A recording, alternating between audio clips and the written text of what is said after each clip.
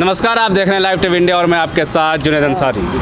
अभी हम गाज़ीपुर में हैं और गाज़ीपुर का मिजाज जानने की कोशिश करते हैं। गर्मी बहुत तेज़ है और उससे ज़्यादा तेज़ जो है चुनावी सरगर्मियाँ उससे भी ज़्यादा तेज़ है, गर्मी से भी ज़्यादा। और गाज़ीपुर सबसे हॉट सीट बनी हुई है। क्या होगा, यहाँ मुख्यमंत्री भी आए, प्रधानमंत्री भी आए और सब लोग की बयानबाजी यही है कि 400 पार में एक कमल का सीट यहाँ भी चाहिए।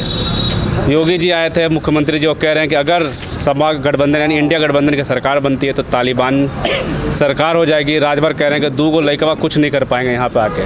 तो हमारे साथ जो है मंत्री जी सर, क्या नाम है आपका? सुधीर यादव। हम जी सर, पहले तो बहुत बहुत स्वागत है आपका चैनल में। धन्यवाद आपका। पहले तो समीकरण बताइए, गाज़ीपुर का क्या समीकरण लग रहा है इस बार?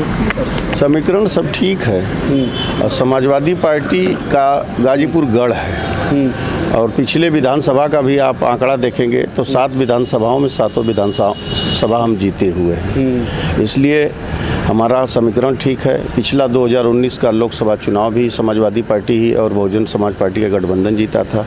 इस बार भी हमारा इंडिया गठबंधन ही चुनाव जीतेगा, अफजल अंसारी ही चुनाव जीतेंगे। लेकिन आप लोग तो कह रहे हैं, लेकिन जो योगी जी आए थे अभी, आपने उनका बयान सुना, कह रहे हैं कि तालिबानी सरकार नहीं आने देंगे, अगर आप लोग आते हैं तो तालिबान लागू हो जाएगा, तालिबानी रूल भारत में।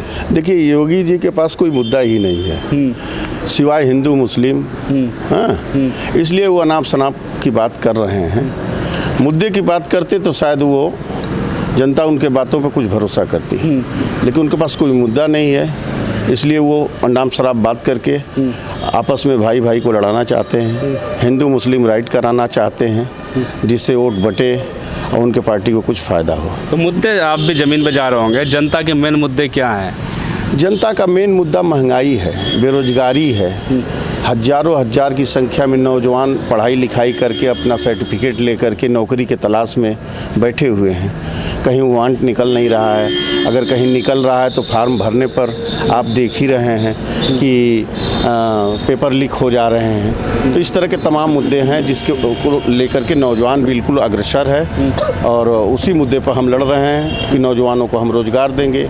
गरीब कमज़ोर परिवार की महिलाओं को जो हमारी इंडिया गठबंधन ने वादा किया है कि हम प्रति महीने 8,500 रुपया देंगे, उनको 5 किलो की जगह 10 किलो का राशन देंगे। यही सब मुद्दा है। इसी मुद्दों को लेकर हम आगे बढ़ रहे हैं और हम चुनाव जीतेंगे। प्रधानमंत्री जी भी तो कह रहे हैं कि अगर कांग्रेस और इंडिया गठबंधन आती है तो वो संविधान बदलेंगे। आप उन पर आरोप लगा रहे हैं और संविधान बदलने के वो आप पे आरोप लगा रहे हैं। वो गलत बोल रहे हैं, प्रधानमंत्री जी गलत बोल रहे हैं। संविधान बदलने की बात तो उनके दल के नेताओं ने, नड्डा जी से लेकर तमाम नेताओं ने पहले ही चुनाव से पहले ही बयान दे दिया था। उनके कई सांसदों ने अटपटांग बयान दे दिया था।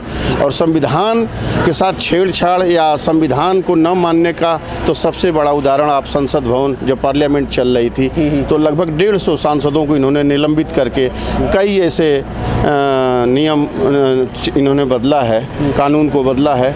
तो ये सीधे सीधे भारतीय जनता पार्टी ने तो पहले ही ये दिखाया है कि हाँ, हम संविधान को बदल सकते हैं, संविधान को नहीं मानेंगे।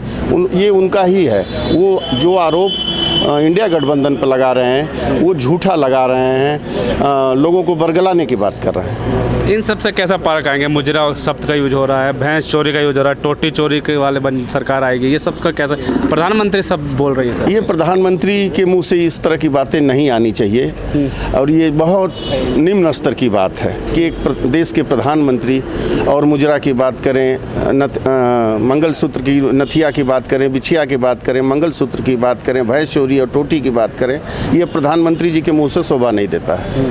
क्या तो रहेंगे, अगर माफिया को भी हमने सही कर दिया, सब कुछ ठीक कर दिया, गुंडे भी थर थर कांपते, महिलाएं बहुत सुरक्षित है यूपी में। देखिए, धरती पर इंसान एक बार पैदा होता है और एक बार मरता है। सबका समय निश्चित है, जिसको जब जाना है वो जाएगा।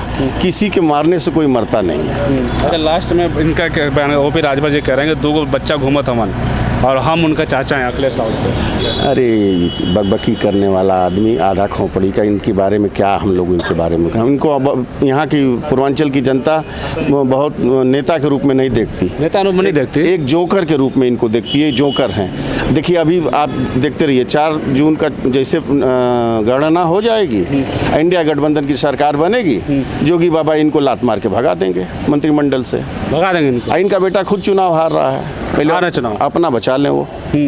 चलिए ठीक है, बहुत बहुत शुक्रिया आपका। बिल्कुल साफ तौर पे जो है मुद्दे की बात की तो जनता के बीच और जो है इंडिया गठबंधन का जो जैसे मैं लगातार बता रहा हूँ मुद्दा वही है, बेरोजगारी, महंगाई और जो है संविधान। सबसे बड़ी बात जो है संविधान बचाने की बात है। तो दूसरी तरफ प्रधानमंत्री ने भी जो है इंडिया गठबंधन पर आरोप लगा दिया कि अगर ये सरकार आती है तो ये संविधान बदलेंगे, लेकिन होगा क्या, जनता किसे प्यार करेगी, ये तो आने वाले 4 तारीख को ही पता चलेगा। तब तक के लिए धन्यवाद।